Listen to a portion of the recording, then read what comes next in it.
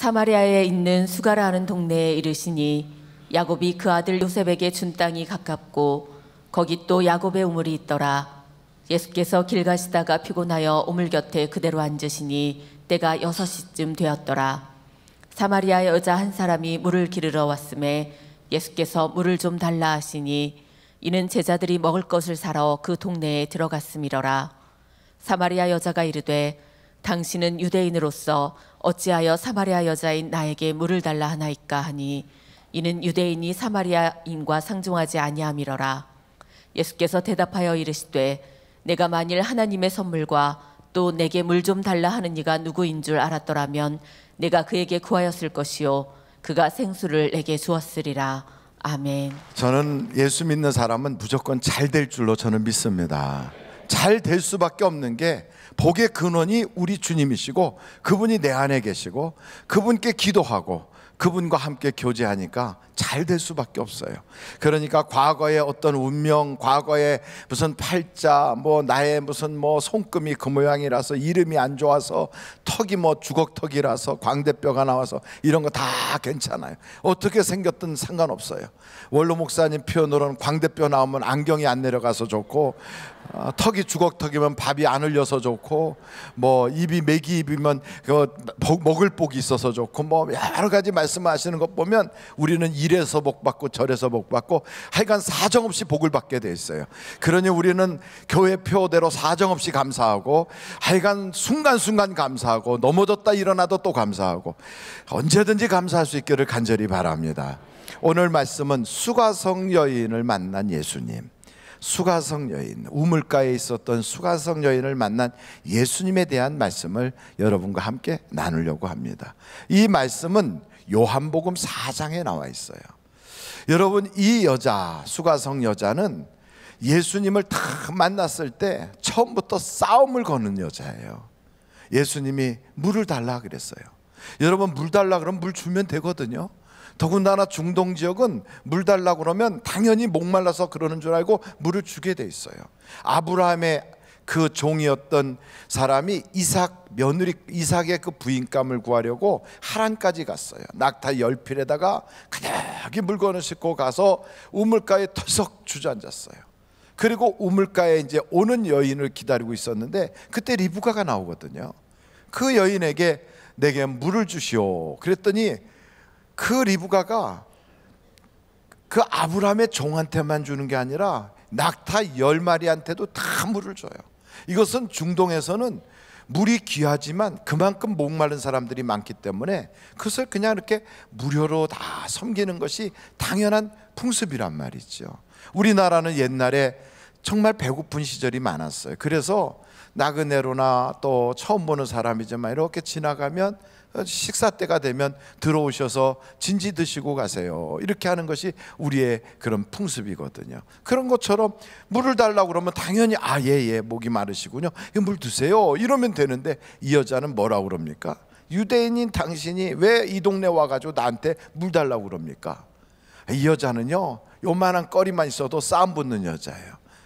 중국집에서 음식이 다 왔어요. 딱 보니까 아니 왜 이렇게 양파가 조금이야, 전화 걸어서 양파는 왜 이렇게 조금 갖다 줘요, 이렇게 말할 수 있는 여자. 여러분, 성격이 까탈스러워요, 아니면 유한 사람이에요? 아이고, 저는 우리 하늘비전교회 성도들 절대 그러지 않기를 간절히 바라요. 어디 가든지 싸움하려고 딱 대기하고 어디 가든지 한번 건수 잡혔다 그러면 오늘 넌 죽었다 이러는 사람, 하여간 동네에서 소문난 싸움패. 이 여자가 바로 그런 여자예요. 근데 이런 여자가 완전히 달라졌어요. 그래가지고 이 여자가 글쎄 예배는 어디서 드리면 좋습니까? 그리고 이렇게 이 여자가 가슴 속에 막 멍어리져가지고 싸매고 있던 그 상처를 동네에 나가가지고 사람들한테 막 내가 이런 슬픈 일을 당했던 사람인데 여러분, 내 모든 사정 아시는 분을 내가 만났는데 그분이 메시아입니다, 오셔서 그분을 만나세요. 전에는 혼자 다니는 사람이에요. 전에는 사람들을 피해 다니는 사람, 사람들하고 얽히는 거 싫어해요. 사람들과 관계를 가지면 피곤해질까 봐, 그리고 그 사람들이 자기 일에 조금이라도 아는 것처럼 나서는 것, 내 삶을 공개하는 것 자체가 싫어서 늘 멀리 이렇게 뚝 떨어져서 홀로 빙빙 도는 그런 여자인데, 이제는 동네로 뛰어들어가서 사람들을 막 만나가지고 예수님께 막 모시고 오는 그런 사람으로 완전히 달라졌어요. 어떻게 돼서 이 여자가 이렇게 바뀌었느냐? 이 여자가 누구를 만났습니까? 예수를 만났어요. 예수를. 그래서 성경은 누구에 대한 이야기인가 하면 예수님에 대한 이야기예요. 오늘 여러분 이 성경 요한복음 4장에 보면 수가성에 있었던 사마리아 여자, 우물가에 있는 여자의 이야기처럼 들리지만 사실은 그 여자를 그렇게 변화시킨 분이 누구냐? 예수님이시라는 거예요. 그래서 누구든지 예수를 만나면 우리도 변할 수 있다는 겁니다. 이 성경의 이야기는 다 예수님에 대한 이야기예요. 여러분 요한복음 5장 39절을 한번 같이 읽어보시겠습니다. 요한복음 5장 39절 같이 한번 읽어보실까요? 시작. 너희가 성경에서 영생을 얻는 줄 생각하고 성경을 연구하거니와 이 성경이 곧 내게 대하여 증언하는 것이니라. 누구에 대하여? 예수님에 대하여. 그러니까 성경을 보면 예수님에 대한 이야기구나 하고 봐야 돼요. 구약이든 신약이든 다 예수님에 대한 이야기예요. 특별히 요한복음은 예수님이 행하신 일이 너무너무 많지만 그 중에서 특별히 뽑아가지고 몇 가지를 기록했어요. 왜 그랬는가? 한번 여러분 요한복음 20장을 찾아보세요. 요한복음 20장.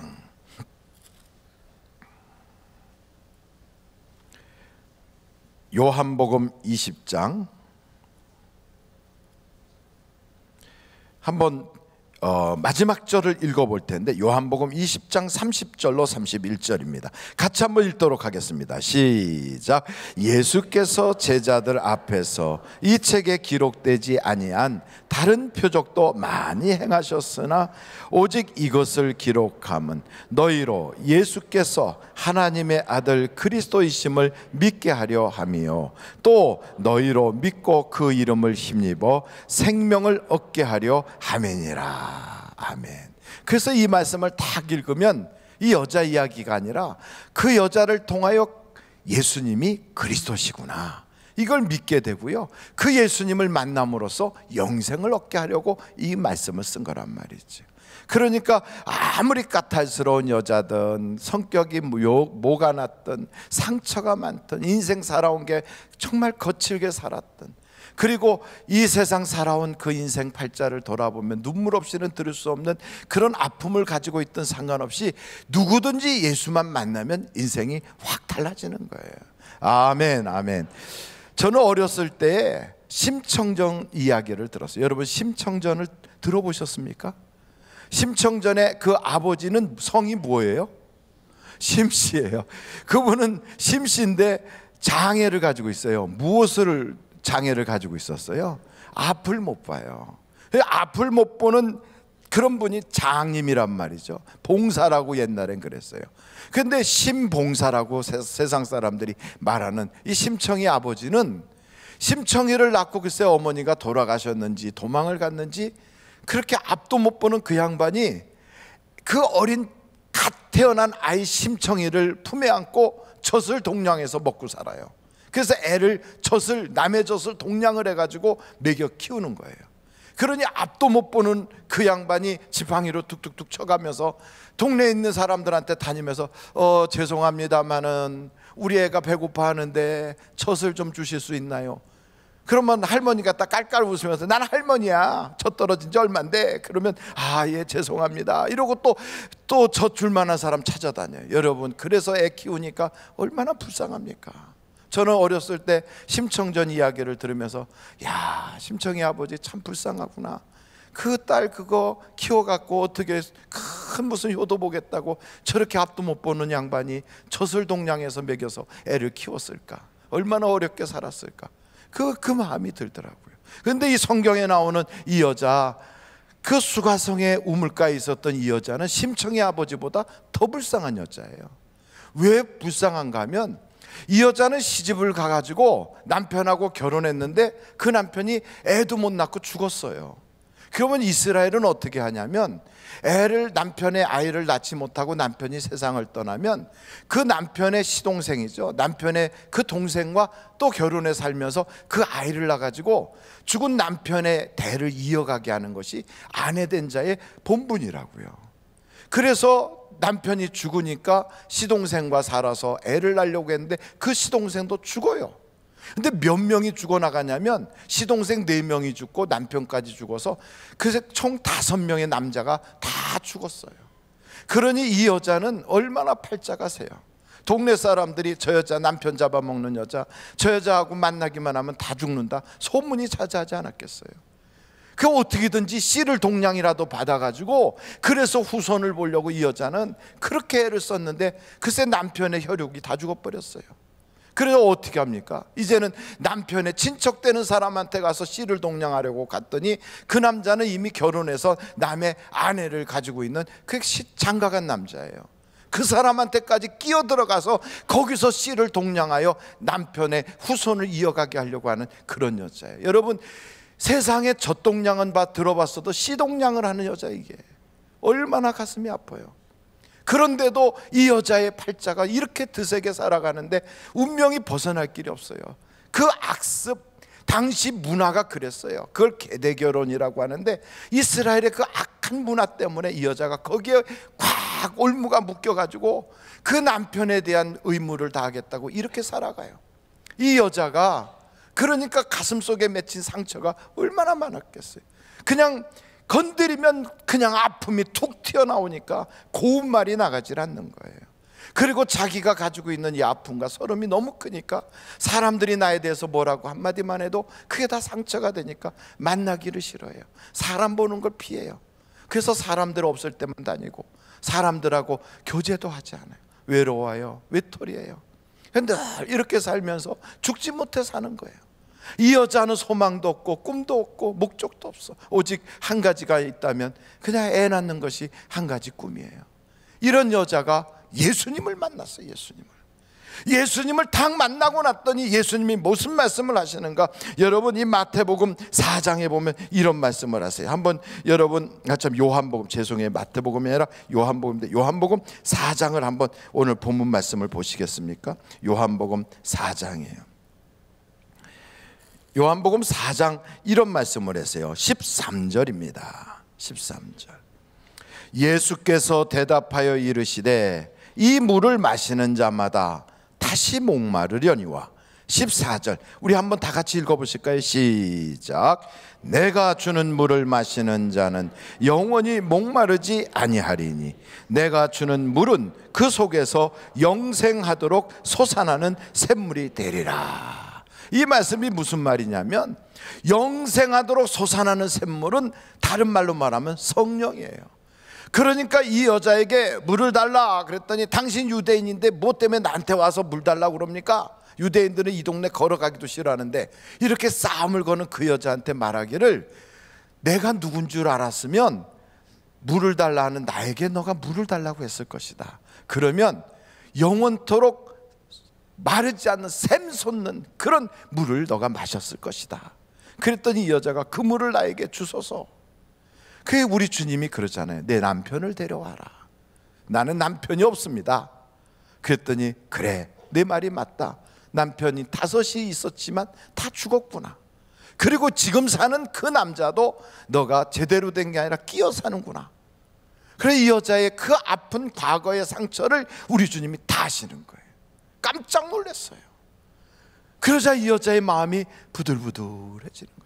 자기의 그 아픔을 다 지적하는데 왜 옛날 같았으면 왜 이러느냐고 막 소리치고 그럴 수 있는 그 여자의 마음속에 자기도 모르게 샘솟듯하는 성령이 꽉 차고 들어오시니까 슬픈 여자가 기쁨으로 바뀌고 세상이 줄 수 없는 은혜가 막 밀려오기 시작하는 거예요. 그러니까 묻기를 뭐라고 묻냐면 이 여자의 마음속에서 아주 너무 기쁘니까 하나님께 예배하고 싶은 마음이 들어서 우리는 이 동네에서 예배를 드려야 된다는데 유대인들은 예루살렘에서 드려야 된다고 합니다. 내가 어디 가서 예배를 드려야 되나요? 이 여자가요, 이제는 달라졌어요. 자기의 인생에 대해서도 이야기하고 자기의 모든 소원에 대해서도 이야기하고 이렇게 사람이 바뀌었어요. 여러분, 이 여자가 우리 주님께 묻고 싶은 얘기가 예배뿐이겠어요? 어떻게 되면 내 팔자 고칠 수 있습니까? 어떻게 되면 내가 언제나 아기를 낳을 수 있겠습니까? 이런 거 물어볼 텐데 이 여자가 완전히 달라졌어요. 삶이 달라졌어요. 표정이 바뀌었어요. 말이 달라졌어요. 왜 그렇게 됐을까요? 예수님을 만나니까 변화가 일어난 겁니다. 할렐루야. 저도 우리 하늘비전교회 성도들이 예수님 만나서 변화가 일어나기를 간절히 바랍니다. 예수님만 만나면 왜 변화가 일어나느냐? 예수님이 성령을 주시니까 그래요. 한번 여러분 요한복음 1장을 찾아보세요. 요한복음 1장 32절이에요. 요한복음 1장 32절로 34절까지 제가 읽겠습니다. 요한이 또 증언하여 이르되 내가 봄에 성령이 비둘기같이 하늘로부터 내려와서 그 위에 머물렀더라. 나도 그를 알지 못하였으나 나를 보내어 물로 침례를 베풀라 하신 그이가 나에게 말씀하시되 성령이 내려서 누구 위에든지 머무는 것을 보거든 그가 곧 성령으로 침례를 베푸는 이인 줄 알라 하셨기에 내가 보고 그가 하나님의 아들이심을 증언하였노라 하니라. 예수님은 누구신가? 성령을 주시는 분이에요. 여러분, 성령이 우리에게 오시면 우리의 인생이 달라지고, 성령이 우리에게 오시면 우리에게 변화가 시작되고, 성령이 우리에게 오시면 세상이 줄 수 없는 기쁨을 맛보는 줄로 믿습니다. 그러니까 예수님을 만나면 성령을 받게 돼 있어요. 성령을 받으면 사람이 달라져요. 전에는 집안에 딱 버티고 있다 별것도 아닌 일 가지고 남편의 바가지를 박박 끌고 플라스틱 바가지 걸듯이 사정없이 긁어대던 여자가 성령을 받고 나면요, 남편을 보면 고맙습니다 여보, 달라져요. 아직도 안 바뀌었으면 성령을 안 받으셔서 그래요. 입이 바뀌어요. 표정이 달라져요. 그래서 누가 잘하라고 시킨 것도 아닌데, 남편을 잘하라고 시킨 것도 아닌데도 굉장히 달라져요. 그래서 남편들이 그래요. 당신 요즘 교회 다니더니 사람이 변했어. 사람이 변한 게 아니라 성령 받으니까 달라져서 그래요. 남편들도 그래요. 아우, 여보, 옛날에 당신은 끊지도 못하던 담배 그것 때문에 늘 얼굴이 시커매 갖고 다녔는데 왜 담배를 그렇게 잘 끊었어? 아무개는 학교를 다니고 담배 금연 학교가도 안 된다는데 나 성령 받아서 하나님이 자동으로 끊어주셨어. 할렐루야. 어떤 사람은요, 남편이 그냥 회사를 끝나고 나서 집으로 바로 돌아오지 않고 덜 들려오는 데가 너무너무 많았어. 온갖 동네를 다 들려가지고, 그리고 집에 올 때쯤 되면 곤드레 만드레 사람이 완전히 그냥 행주같이 돼갖고 푹 쳐져서 집에 들어와요. 그런데 어느 날부터인가 회사가 끝나면 집으로 룰루랄라 하고 들어와요. 아니, 당신 어떻게 이렇게 달라졌어? 내가 예수님 만나고 나니까, 성령님이 내게 오시니까 술 먹는 것보다도 더 좋은 일이 많아졌어. 할렐루야. 완전히 사람이 달라지는 거예요. 여러분, 성령을 받으면 사람의 말이 바뀝니다. 그래서 사람이 유순해집니다. 성령을 받고 나면 사람이, 까칠하던 사람이 이제는 사랑을 이야기하기 시작하고 양보할 줄 알고, 그리고 예의 바라지고 덕을 세울 줄 알아요. 성령 받기를 간절히 바랍니다. 성령을 받으면 완전히 주변에서도 다 알아봐요. 옛날에는 엘리베이터 타고 쭉 내려가다가 누가 타면 위아래로 쓱 훑어보고 눈빛만 봐도 사람이 아주 정내미가 뚝뚝 떨어졌는데, 예수님을 딱 만나고 나면 딱 만나자마자 엘리베이터 타고 내려왔는데 안녕하세요, 예 안녕히 가세요, 사람이 달라졌어요. 동네 소문이 나요. 참 인상 좋은 아줌마 요즘 이 동네 왔다고. 옛날에 살던 그 아줌마인데 사람이 바뀐 줄 알아요. 얼굴 표정이 달라져서. 그래서 여러분, 정형수술하고 성형수술한다고 바뀌는 게 아니라 성령을 받으면 사람이 달라질 줄로 믿습니다. 속에서부터 올라오는 기쁨 때문에, 세상이 감당하지 못하는 행복 때문에 사람이 완전히 바뀌는 거예요. 사람이 바뀌면 그 인생에서 운명이 달라지는 거예요. 저는 저 신안이라고 하는 섬, 그 섬 중에서도 증도라고 하는 그 섬은 천사의 섬이라고 소문났는데, 우리 교회 그 목사님들하고 전도사님들이 한번 단체로 그곳에 간 적이 있어요. 거기 가면 문중경 전도사님의 그 순교 기념관이 거기 있어요. 그러니까 문중경이라고 하는 그분이 1800년 후반기에 출생하신 분인데, 그 어르신이 출생할 때는 부잣집 염전을 하시는 집에 그 따님으로 태어나서 유복하게 별로 고생하지 않고 어린 시절을 보냈어요. 근데 17살에 시집을 갔는데, 시집을 다 갔더니 글쎄 신랑의 얼굴도 못 봤어요. 이 신랑이 자기가 결혼하기 전부터 알고 지내는 다른 사람이 있는지 하여간 집에 들어오질 않아요. 그리고 툭 하면 외국에 나간다고 그러고 경성 간다고 그러고 어디로 돌아다니는지 사람을 볼 수가 없어요. 그래서 그냥 시집은 갔지만 남편을 한 번도 제대로 만난 적이 없이 그렇게 사는 그런 여자로서 시아버지 시어머니를 섬기면서 그렇게 살고 있는데, 시아버지가 보기에 너무 딱하니까 그래서 글을 가르쳐 봤어요. 마당에 앉아가지고 나무떼기 길게 잘라가지고 글을 썼더니 아주 명석해가지고 글씨를 금방금방 받아쓰고 글을 금방 깨우치는 거예요. 이야기를 해봤더니 아주 지혜로워요. 그러니까 그 시아버지가 사랑하면서, 그리고 시어머니가 아껴주면서 그 집에서 그렇게 시아버지 시어머니를 섬기며 20년 가까이를 시집살이를 한 거예요. 그렇게 시집살이를, 남편도 없이 시집살이를 그렇게 하다가 시아버지 세상 떠나시고 이어서 얼마 안 지나서 시어머니 세상 떠나니까 그 동네 살 수가 없어요. 그래서 거기서 그만 나와가지고 목포에 가가지고 목포에서 삭바느질하고 사는데, 벌써 이미 소식은 틀리죠. 남편은 소실이라고 하는, 소실이 뭔지 아시죠? 소실이 뭐예요? 작은 댁, 작은 댁. 예, 작은 댁. 그래갖고 거기에 가서 있느라고 그러고 있으니 얼마나 속상해요. 마음에 꽉 다치고 생활은 너무 힘들고. 그래가지고 자기 친정집에도 연락할 수 없는 게, 친정아버지가 알면은 그냥 네 복이 박복해서 그런 걸, 네 팔자가 그런 거 어떻게 하냐고 그러고, 가서 시집 갔으면 시댁 귀신 돼야지 왜 돌아오냐고. 그러니까 도저히 뭐 갈 수가 없어갖고 거기서 삭바느질 하면서 살고 있는데, 어느 날 웬 여자가, 아주 얼굴이 곱상하게 생긴 여자가 오더니만, 아이고 아주머니 삭바느질 하면서 살기가 얼마나 힘들어요. 근데 예수 믿으면 우리의 운명 팔자가 싹 바뀐대요. 예수 믿으면 참 행복해요. 그 이야기를 들으니까 예수님이 누구시래? 글쎄 저 유대 땅에서 태어난 사람. 나는 아주머니 말씀하는 거 하나도 이해가 안 되고 못 알아듣겠는데, 그래도 아주머니가 그런 얘기 해주는 거 보니까 참 고마워서 그러는데 나도 나가서 좀 배우고 싶어요, 그분이 누군지. 그래가지고 목포에 있는 교회를 출석을 하는데 영적으로 채워지질 않는 거예요. 뭔가가 있는 것 같은데 도저히 뭐 속에 영이 텅 믿고 공허한 거라.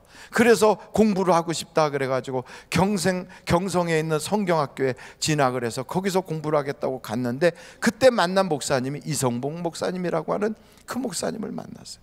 그 목사님을 통하여 예수님을 제대로 만났어요. 성령을 받았어요.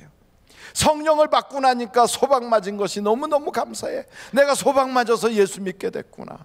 그러니까 자기의 그 시댁 그 어르신들이 다 불쌍하고 자기 친정 식구들이 다 불쌍해서, 친정 식구 중에 친정 아버지 예수 믿게 하겠다고 가서 아버님 저 중경이에요. 아버님 예수 믿고 꼭 천국 가셔야 돼요. 그랬더니 이게 시댁에서 그냥 천박천닥불이 돼가지고, 그래갖고선 쫓겨났다는 얘기는 들었지만 네가 예수 귀신까지 믿냐 이러면서 삽을 가지고 나와가지고 오물을 퍼가지고 얼굴에다 확 껴졌다는 거예요. 20년 넘어갖고 찾아간 시댁에서, 저 친정집에서 아버지가 막 오물을 퍼가지고 삽으로 끼얹는 그걸 뒤집어 쓰면서도 아버지가 미운 게 아니라 불쌍해서 눈물이 나고, 아버지 그래도 꼭 예수 믿고 천국 가셔야 돼요. 그러고서는 나오는데 어머니가 나와갖고 얼굴을 막 닦아주면서, 준경아 준경아 너 어떻게든지 예수 믿지 말고 조상신 잘 섬겨야 된다. 아니에요 어머니, 예수 믿으면 사람이 달라져요. 그러고 와갖고 시댁에 가서 전했더니 시댁에서는 그 자기 전 남편하고 소실을 비롯해 이 사람들이 얼마나 핍박하는지, 그런데도 그들을 사랑하면서 다니면서 기도하고 전도하고, 그리고 그들을 위해서 섬기고 예배당 세우고, 그러면서 1년에 고무신이 9컬레가 다 달도록 뛰어다녔어요. 그래서 그분을 통하여 한국 기독교사에 길이길이 남는 위대한 인물들이 제자로 그렇게 나타나는데, 우리 교회도 오셨던 정태기 박사님이라고 하는 분이 있어요. 그분도 그분의 그 문준경 그 전도사님의 제자예요. 저 성결교단의 중앙교회라고 동대문 쪽에 있는 중앙성결교회 그 목사님이셨던 이만신 목사님도 그분의 제자예요. CCC 총재로 지내셨던 김중권 박사님도 그분의 제자예요. 김중권 박사님이 그렇게 간증을 적어 놓으셨는데, 지금은 천국 가셨지만 그분이 뭐라고 간증했냐면, 내가 어린 시절에 문준경 전도사님을 보니까 그분이 얼마나 기도하시는지 하나님이 그분 속에서 성령으로 역사하셔서 아픈 사람 배에다 손만 넣고 아픈 사람 아픈 데다 손만 대고 기도하면 병이 다 떠나더라는 거예요. 그러면서 믿는 사람이든 믿지 않는 사람이든 아프다고만 하면 가서 손 얹고 기도해 준대. 하나님, 여기는 약국도 없고요, 여기는 병원도 없어요, 하나님이 고쳐주셔야 됩니다 하고 기도만 하면 무슨 병이든지 다 낫더라는 거지요. 이렇게 하면서 교회를 세워나가는데, 이렇게 세상에는 그렇게 소방맞고 운명적으로 상처투성이고 버림받고 사람들에게 배신당하고 아픔이 가득할 사람인데, 그 속에 성령이 들어오니까 얼굴은 환하게 기쁘고, 그 사람만 만나면 모든 사람들이 사랑을 느끼고, 그 사람만 만나면 예수를 만날 수 있고, 그 사람을 보면요, 과거가 그 사람이 그런 아픔이 있는지를 모를 정도로 행복하게 사는 거예요. 여러분, 예수님 만나면 성령 받습니다. 저는 우리 하늘비전교회 성도들이 성령 받아서 사람이 변하기를 간절히 바랍니다. 성령 받으면 슬퍼할 일이 없어요. 초상집 같은 인생이 잔치집 인생으로 완전히 달라지는 거예요. 이 여자도 예수를 만나고 나니까 성령을 받았어요. 그러니 예배를 드리고 싶은 거예요. 내가 주님 앞에 정말로 예배 드리고 싶다. 어떻게 하면 주님을 경외할 수 있을까? 여러분, 예수님을 제대로 믿는 사람들은요, 하나님을 경외하는데 마음을 다하고 뜻을 다하고 힘을 다하여 예배하고 싶어지는 거예요. 예배를 기다리고 예배하는 것을 막 기대하고 예배 시간을 사모하는데 그 열정이 보통이 아니거든요. 그런데 성령을 받지 못하고 예수님을 제대로 만나지 못한 사람은 예배 자체가 귀찮아요. 예배 시간에 앉아있으면 딴 생각하는 게 한 3분의 2고요 거기서 3분의 1은 조는 걸로 지나가요. 그래서 그냥 하품은 5번도 넘게 하고, 졸기는 졸다가 가끔 눈 뜨면은 그냥 볼펜 떨어뜨려 갖고 주느라고 정신없고. 우리 교회는 그런 사람이 아무도 없으리라 봐져요. 그런데 그게 싫으니까, 귀찮고 힘드니까, 피곤하니까 일부러 예배 시간에 쏙 빠져서 자기들끼리 가서 앉아서 좌담의 시간 갖고요, 다른 데 가서 시간 보내요. 종교적 의식으로 생각하니까 예배가 따분한 거예요. 재미가 하나도 없는 거예요. 그런데 성령을 받고 예수를 제대로 만나면 예배 시간에 하나님이 날 만나주시고, 예배 시간에 은혜를 주시고, 예배 시간에 내 팔자를 바꾸시고, 예배 시간에 하나님의 역사가 나타나니까 막 기대가 넘치는 거예요. 제가 1999년도에 사우디아라비아에서 그 나가 있던 선교를 마치고 한국으로 귀국하는 길에 싱가포르에 잠깐 들렸어요. 싱가포르에 들렸더니 그 싱가포르에 있는 큰 무슨 어느 교회가 있다는데, 거기서 예배를 드리고 가고 싶어서 그 예배를 드리는 그 예배 장소를 찾아갔어요. 그랬더니 안에서 예배를 드리는데 극장을 빌려서 예배를 드리더라고요. 극장 안에 사람이 꽉 차 있는데 밖에서 다음 예배를 드리기 위해서 기다리는 사람이 안에 있는 사람만큼 많아요. 얼마나 많은 사람들이 밖에서 기다리고 있는지. 그냥 기다리는 게 아니에요. 밖에서 자기들끼리 셀 모임을 갖고 구역 모임을 가지면서 서로 전화하고 막, 왜 아직도 못 오느냐, 그러니까 오고 있다 가고 있다 막. 그래서 모여갖고 자기들끼리 받은 은혜를 나누고, 또 지난주에 있었던 그 말씀 들은 것 가지고 어떻게 하나님이 역사했는지 그거 나누고, 내가 어떻게 살았는지 나누고. 이야, 밖에서요 막 이미 예배 들어가기 전부터 밖에서 막 곳곳에서 기도하고 곳곳에서 그 사랑의 모임이 막 뜨끈뜨끈한 거예요. 저는 가서 그 예배를 보면서, 야, 나도 이런 예배 좀 드리고 싶다. 그래가지고 너무너무 그 예배에 감동이 돼가지고 그분들이 모이는 구역예배라고 하는 금요일날 구역예배를 갔어요.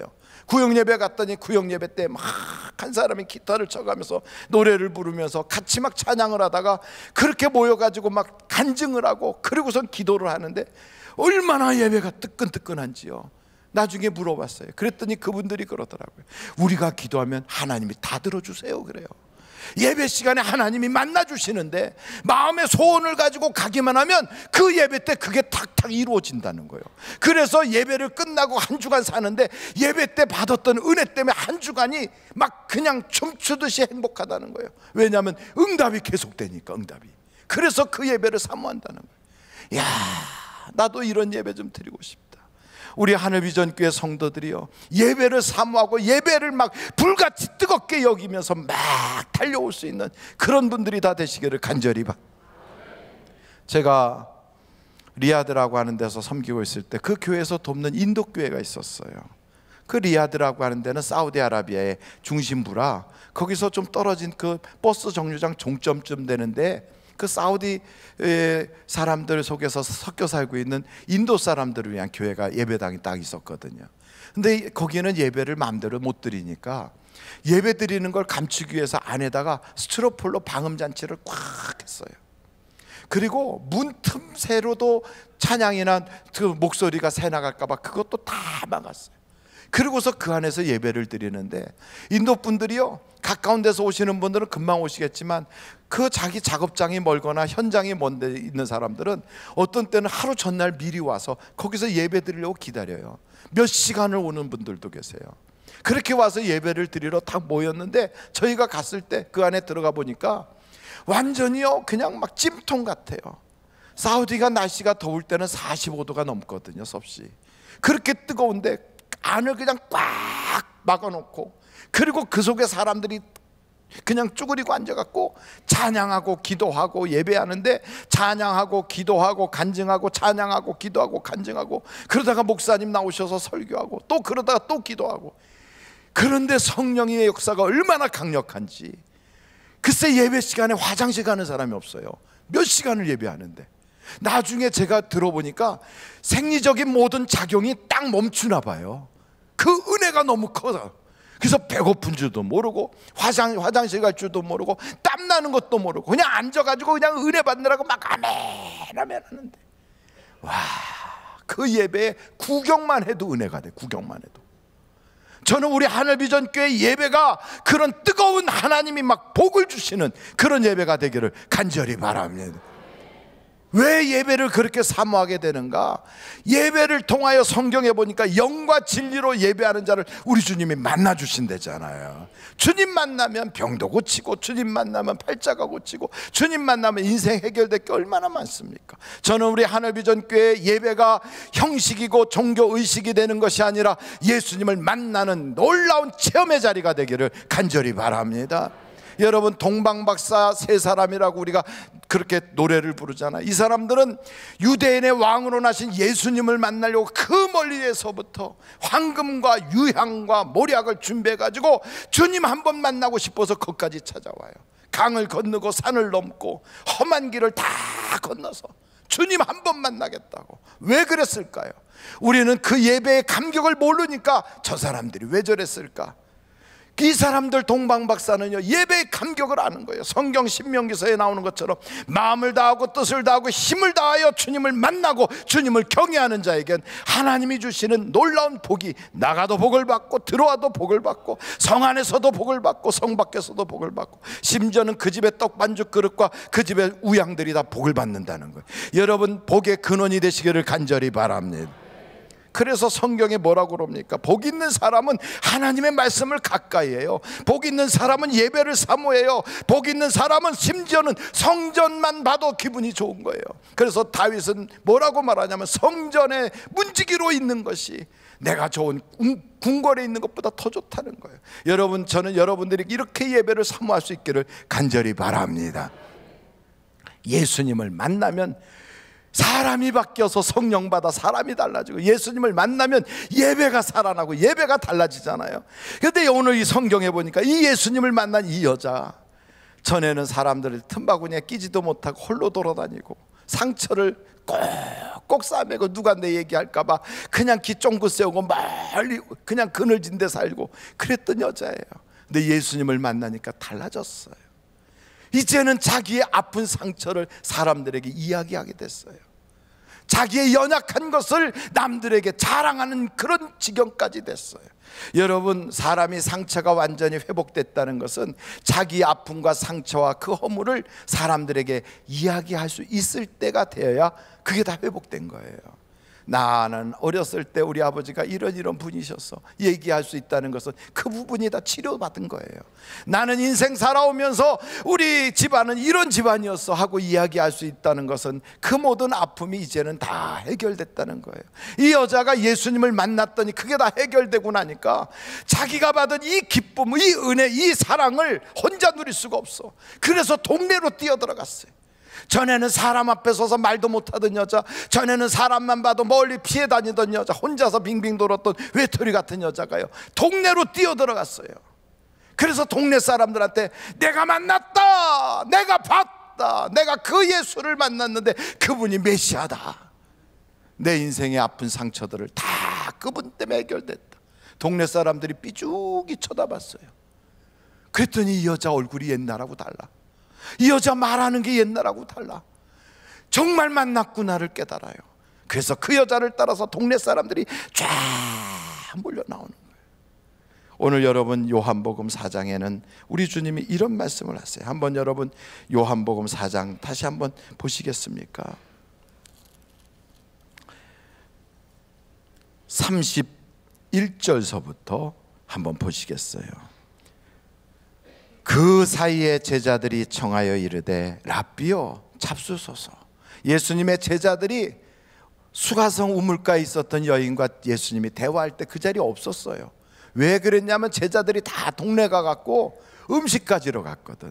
혹시 예수님 뭐 드실 만한 거 있나 해갖고 음식 준비하려고 갔다가 돌아와서 예수님 시장하시죠, 식사하세요, 그렇게 말씀드리는 거예요. 계속 보겠습니다. 32절 이르시되 내게는 너희가 알지 못하는 먹을 양식이 있느니라. 제자들이 서로 말하되 누가 잡수실 것을 갖다 드렸는가 하니 예수께서 이르시되 나의 양식은 나를 보내신 이의 뜻을 행하며 그의 일을 온전히 이루는 이것이니라. 우리 주님이 얼마나 기뻤으면 안 먹어도 배부르다는 거예요. 안 먹어도. 이게 바로 그 얘기거든요. 음식을 가지러 간 제자들이 들고 와서 드세요 그래도 아이고 괜찮아, 나는 안 먹어도 배불러. 왜 예수님이 이렇게 기뻐했을까? 사람이 바뀌는 것 보고, 사람이 좋아지는 것 보고 우리 주님이 행복해 하시고, 그 바뀐 사람이 혼자서 좋아하는 게 아니라 나가서 다른 사람에게도 그 만난 예수를 증거하기 위해서 달려가는 그 모습을 보니까 우리 주님이 행복한 거예요. 여러분, 우리 주님은 이렇게 사람이 행복해지는 걸 보고 즐거워하시고, 우리가 복받는 걸 보고 우리 주님은 안 먹어도 배부르다 할 만큼 우리를 사랑하시는 주님이세요. 여러분, 그 사랑하는 주님만 만나면 우리 인생 팔자가 바뀌는 걸 믿으시기를 간절히 바라요. 그 예수님은 누구시냐? 예수님은 성령을 주시는 분이에요. 예수님은 누구시냐? 예수님을 만나면 우리의 인생 팔자가 바뀌는 분이에요. 예수님은 누구시냐? 예수님은 우리가 행복해지길 원하시는 분이에요. 오늘도 그 예수님이 여러분을 만나고 싶어 하신다고요. 목사님, 그럼 어떻게 하면 만나요? 우리 주님이 그래요. 영과 진리로 예배하는 자를 만나 주신다. 그래서 예배가 중요한 거예요.